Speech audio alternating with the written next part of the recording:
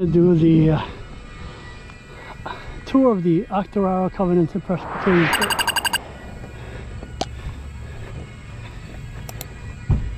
Hopefully this hasn't quite started yet, but if not, oh well. No, they have already.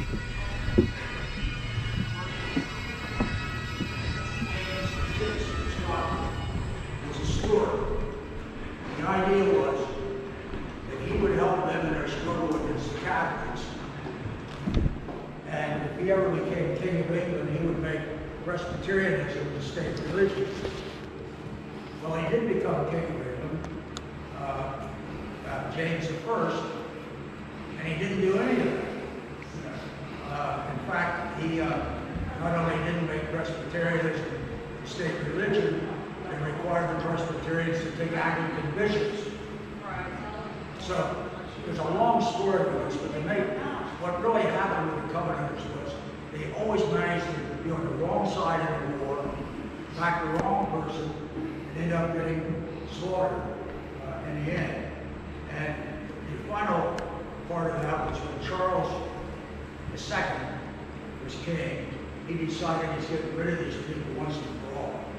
And it was called the killing time, roughly a big part of the 1600s, up until 1688, when William and Mary became the rulers in England, and they declared freedom of religion. But during the killing times, the idea was that these Covenanters had to be wiped out. But the odd part of this was they were the happiest martyrs you could ever, almost anxious to be slaughtered and tortured to death, because they knew that they were going right into the hands of Jesus. You know? And so there's a whole book about these martyrs and how they willingly sacrificed themselves during that time. And of course, Charles wasn't too careful about who he killed. I mean, he wanted to kill the Covenanters, but if the person happened to be a Scot, that was good enough, you know. And so a lot of these people who did escape Charles went to Ireland, and eventually many of them came to America. And many of the folks from Middle Octorara are Scot-Irish, as well as up here. Like the worship up here is much different down there. Not that the Presbyterians down there are whole rovers or anything, but you know, they believe in instrumental music, you know, and reasonable hours of worship and whatever. I picked up something the other day about the Covenanters. Somber people believed in the Word of God. Their dress was under the influence of the Puritans, and they wore dark, somber clothes. The difference between their worship style and emblems was that they did not believe in singing hymns. They did a cappella, they kind of sang hymns with songs with David, but no instrumental music. And that was devil's work. Their services were known to last as long as 10 hours.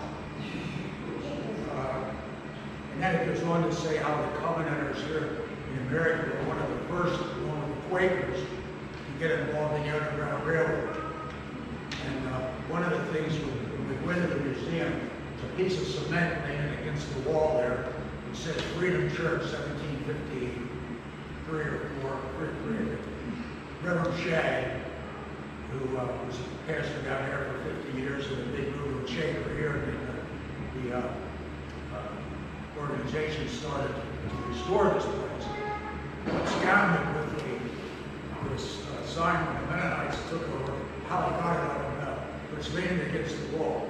But I have a list of the people who left the churches here, this church, Middle Octorara, and several other Presbyterian churches, because they did not think that the Presbyterians were doing enough about abolition. And this church is located down at Andrews Bridge, right on the line between Lancaster and Chester County. It's a big area of Underground Railroad activity during those periods. And of course, after the Civil War, there wasn't really reason to exist anymore, so most of them went back to their original congregations. And the Mennonites bought the building, and so forth. So there's a lot of intertwining stories that go on with the Covenanters, but I guess the fact that they worship side by side with the Presbyterians down here for years, sometimes preachers preach back and forth and whatever. There wasn't animosity between them. It was just the difference of when you're up here, you go to a Catholic, the Catholic will then go on to there. But this congregation folded in 1914.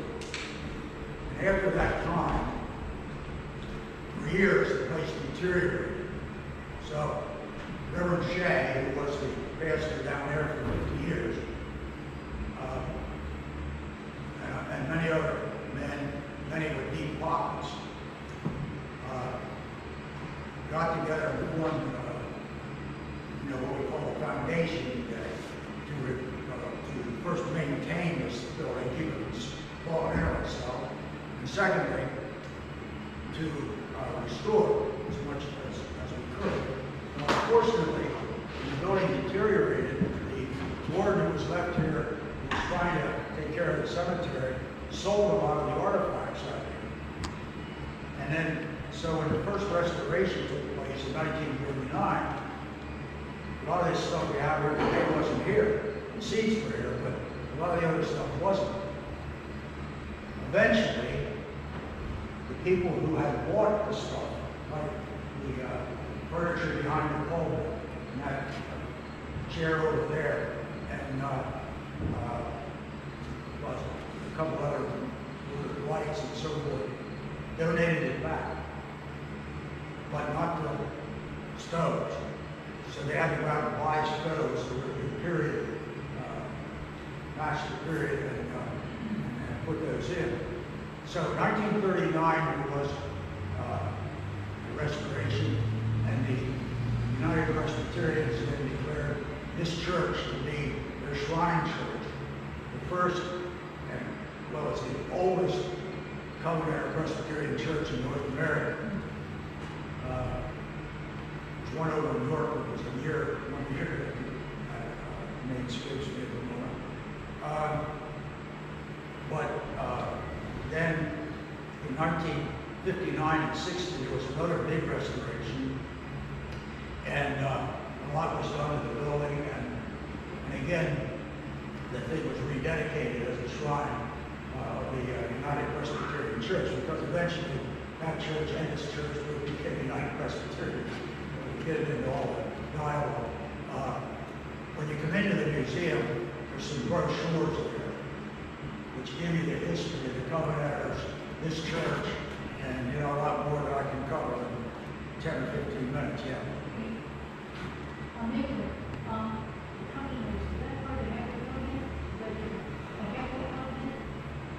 Well,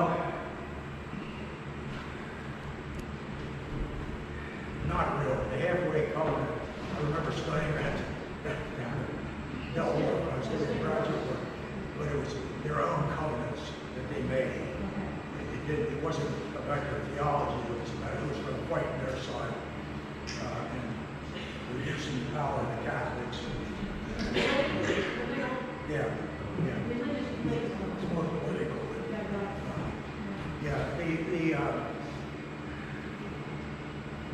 Speaking of that whole area of thinking, this was the frontier when these churches were established. William Penn was a Quaker and a pacifist. Why did he put all these Scott-Irish out here on the frontier? That's a good question. He knew they were fighting the Indians. He knew they hated Catholics. So he had to put them down there along the line between what was claimed by Lord Calvin and William Penn, which eventually was settled with the Mason-Dixon line. But at one time, Lord Calvin said that his claims came so far north that Millersville would have been in Maryland. So the Mason-Dixon line, Pennsylvania got the better side of that situation. So that kind of brings you up. There's no regular services here anymore. Middle Octorara has services here. The Covenanters, our Covenanter committee has services here. We have a concert here sometimes. The acoustics are wonderful here, but you don't want the bagpipers, you know, playing brains.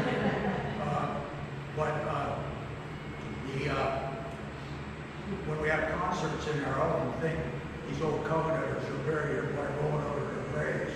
You know, with Charlie Thompson just playing and singing. But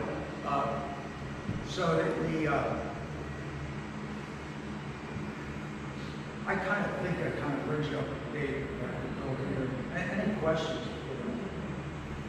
Right. I'm just going to let you browse with the museum. So I'll just describe it to you, and if you have questions when you're in there, why, you know, I'll be in there and Sandra Shank, she's an archivist, she'll probably be back also. But starting up here on the north side, I have a bunch of portraits and stuff, which are eventually going to be on the wall, because we're just putting this stuff back in. But I have my honor wall there, which has Reverend Shea in the middle, and other notable figures, including Mr. Truth, Aaron Truth, who I had as a teacher. The people at Bart High School here had him as a teacher from 1918 to 1927. And he taught really an institution in the community. So that's going to be the honor wall. But we have a whole raft of other pictures that go up in the museum. And then when you go on, some of the original seats are there from Bart High School. Because that building was built on in 1880 as the Presbyterian Academy by Reverend Anderson, who had a whole lot of kids, and he taught his own kids and a lot of others. And then after that, Bart Township rented it for their high school. And the high school was there from 1903 to 1927. Well, when you look at those desks there, people carved their initials and a lot of other stuff. And a lot of them are automobile elements, which kind of points out that when our school opened, they were riding their horses there, or coming in buggies. And by the time it closed, they were driving in cars. But also keep in mind that only the elite went to high school. You know, you went to elementary, and then you took a couple years of prep, and then you took a test and you got in. My grandmother graduated in 1911 for 2 people in her class, both women. And so as you go around in there, I have a little seat there from where I started in first grade with my great-granddaughter sitting in one of those seats. You see her we go through.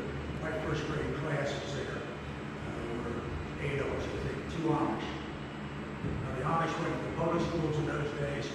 You'd be surprised how many Amish come in to try to find pictures of their grandparents and so forth. It was wild. The Amish started their program schools about 1959. I started church in school in 46, so there was Amish all over the place in those days. So as you keep going, and up in that far corner, there's stuff about quilts that have been donated to us.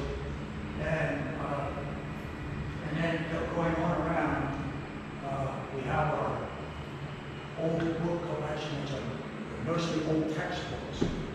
And I'm just getting that organized. And then you go beyond the door, our Scottish collection of books. And then you have 2 file cabinets. One of them is basically church history, and the other one is full of art school stuff. So we have classes way back, actually, to when it's the 19-teens up to 1927 when it moved out, and then we have records from Selector classes and so forth after that in those files. So there's a whole lot of information in there when you go to school. And then when you go on back to that corner, we have a lot of genealogy and a lot of books, church history and family histories and articles. And at that very end, there is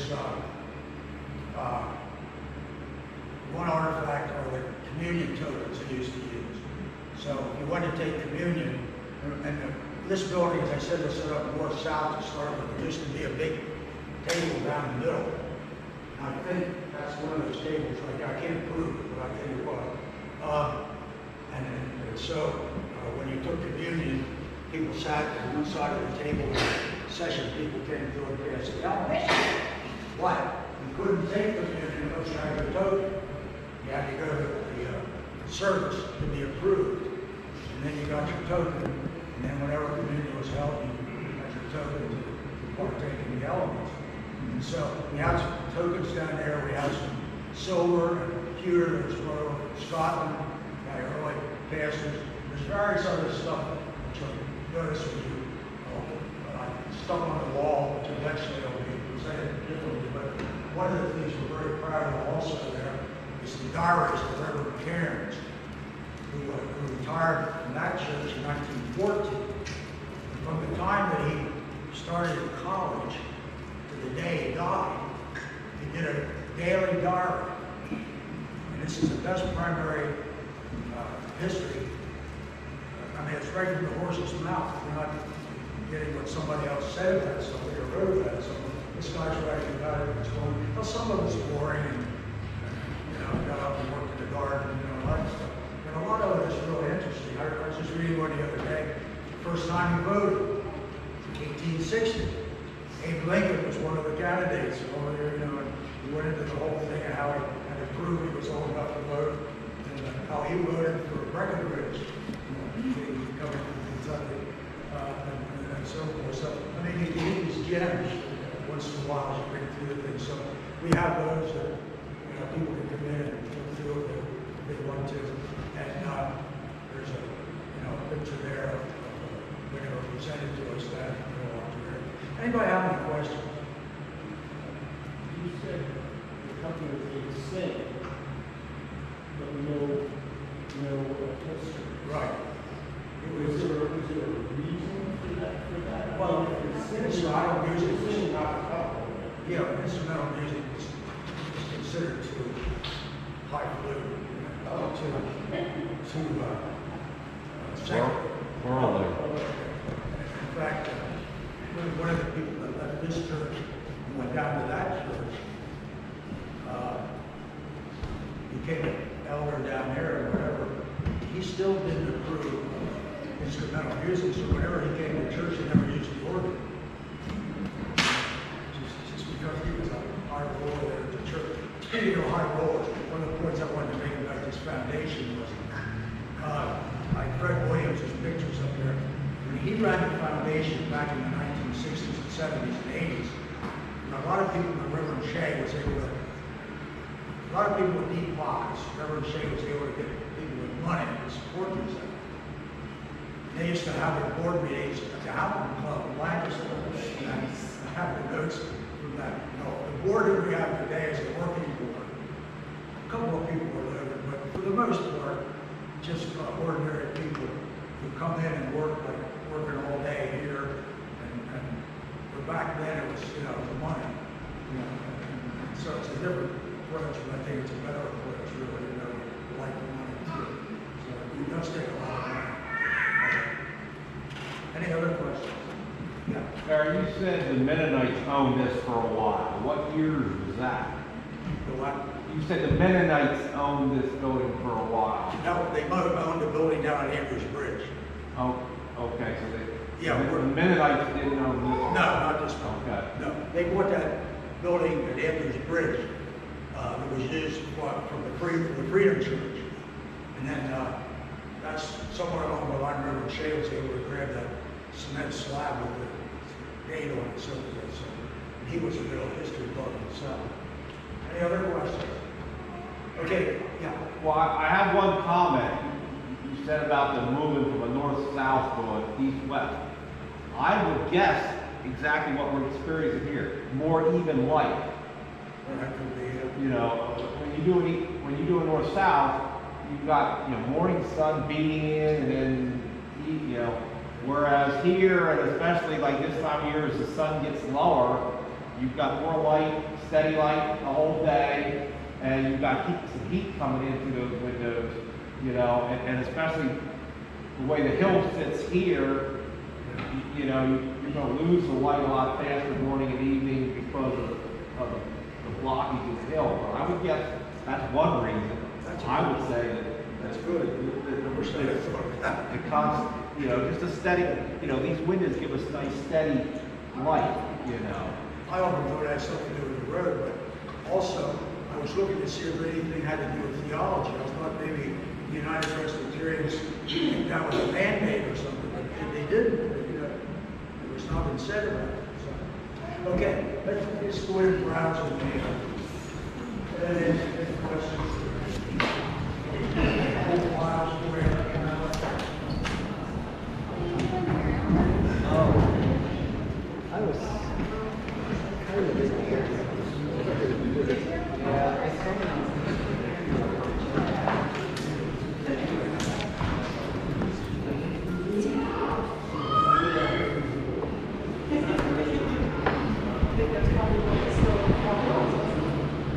There's all the pictures for the honor wall that he was speaking about right there.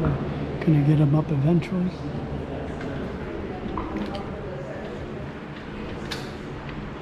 So now we're going into the museum portion of the building.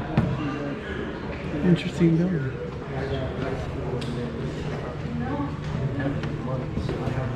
Oh, he served as a school as well too. I forgot. This was the Bart Township High School as well from 1903 to 1947. Then it became the Covenanter Church till 27.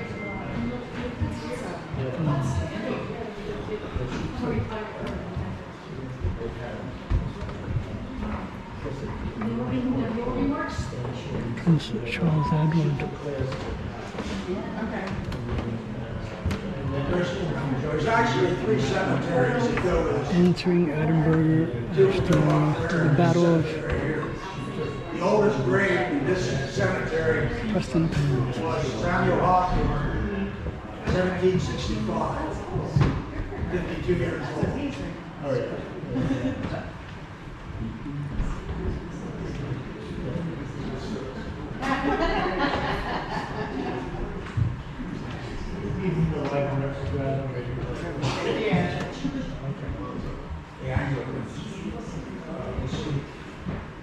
Class of 1925.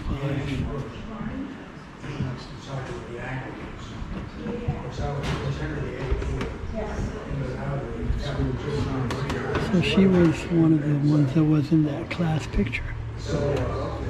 Worse. So we can find her.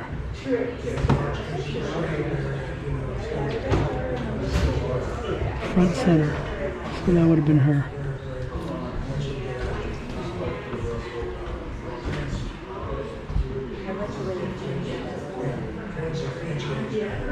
A little bit of local history as well here. Some of the gentlemen he was speaking about as well.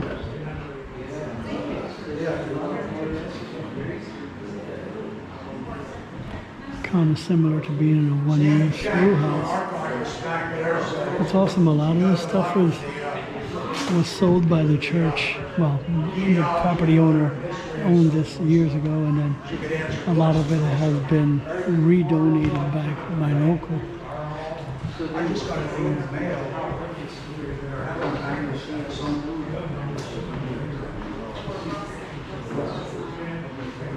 So this is the safe here by the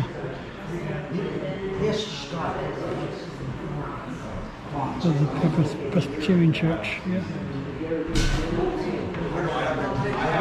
The Karen Diaries. So this is the schoolroom museum.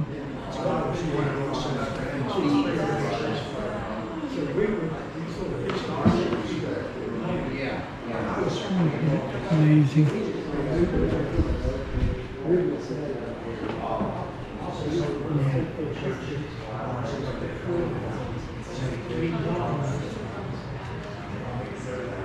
Interesting bit of church history.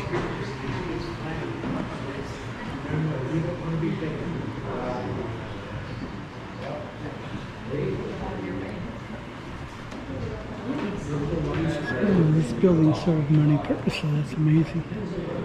Besides the high school, the local, the first high school class began with like maybe 10 students. So this is the event where we're attending today. There's some of the information of that. So this is the oldest Covenanter Presbyterian Church in North America. So I'll give more a bit of history later on about this Presbyterian Church. I'm going to grab one of these just in case. That is neat.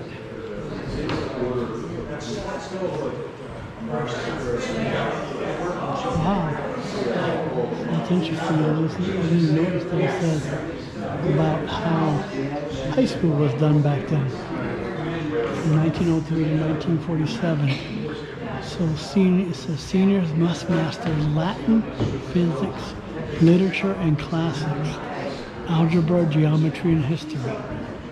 Then the 9th and 10th grade, they had to do the basic spelling, reading, language, and grammar. Geography, that one I would like to know what exactly was rhetoric. Gotta find out a little bit more. I'm hoping it's not what I mean it means, what I think it means. Botany. Wow, so basically stuff with plants. Civics. Interesting subjects. Not sure what green tree was from 27 to 47. So people got some of their initials carved in there. CHP. There's a whole bunch of more. This is pretty neat. So, oh, there it is. There's the slab he was talking about.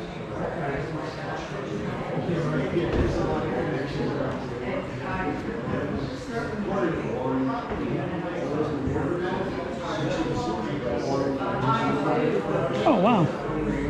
So the gentleman that was doing the presentation, and he was speaking about that, that's his granddaughter sitting on this very chair. Great-granddaughter. Wow. It's a public school with the Amish Harmony. One-room school. Interesting. Amazing. Incredible.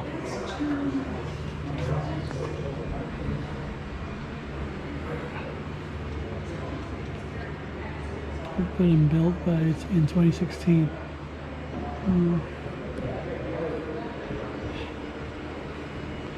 So I know there were certain types of churches where the men would sit on one side and the women would sit on the other side. I'm not sure if the Presbyterians were the same way or not. So there's the stoves he was talking about. They were purchased later. I'm not sure if they're original, but they kind of look like they're original. Not very much. So this is the... So what this sign says here. So to the glory of God, in grateful remembrance of John Cuthbertson, Alexander Gillespie, Matthew Henderson, and the other pioneer ministers who labored in the gospel of Jesus Christ among the early settlers of this country actually. Their devoted efforts led to the organization of the United Presbyterian Church of North America in Pittsburgh on May 26, 1858.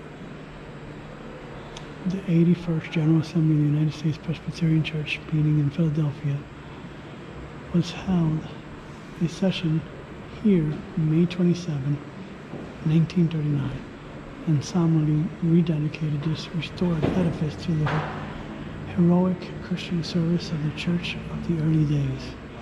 the righteous shall be in everlasting remembrance. Walton Mitchell, moderator, and O.H. Milligan, principal clerk. American Presbyterian Reformed and Historical Site. Now the gentleman also mentions that they are trying to, within the next 6 months, his son mentioned while we were down, sorry, let me turn this back around. So his son had mentioned, son of the gentleman that was giving the presentation here, mentioned that they are, within the next 6 months, they are working on getting a getting it recognized nationally as a historic site for what it is, because it's the oldest Presbyterian church in the country, even though it's not active anymore. That it's still of a national significance now, and I agree. I didn't even know this right. I've driven by this so many times, coming up on here on 372, heading out to the York County side and stuff, and didn't realize this was, I mean, like I said, I've driven by this building so many times, didn't realize that this was the oldest Covenanter church in North America. It's founded in 1753. Now the church building was erected in 1754 and rebuilt in 1849. The schoolroom, added in 1880, dedicated a shrine by the Presbyterian Church in 1939, restored and rededicated the shrine as a national monument in 61, like we read on the inside. So the original church would have been on the other part of the building, and then this right here would have been the schoolhouse. The schoolhouse would have been on that part of the house. You can see the difference in the building. This is more stone covered with stucco, and then over there they got a clapboard sided schoolhouse. It's amazing. This thing served many purposes. It was the Bart Township High School for a number of years as well. So that little building was the Bart Township first high school before they went over to the actual township.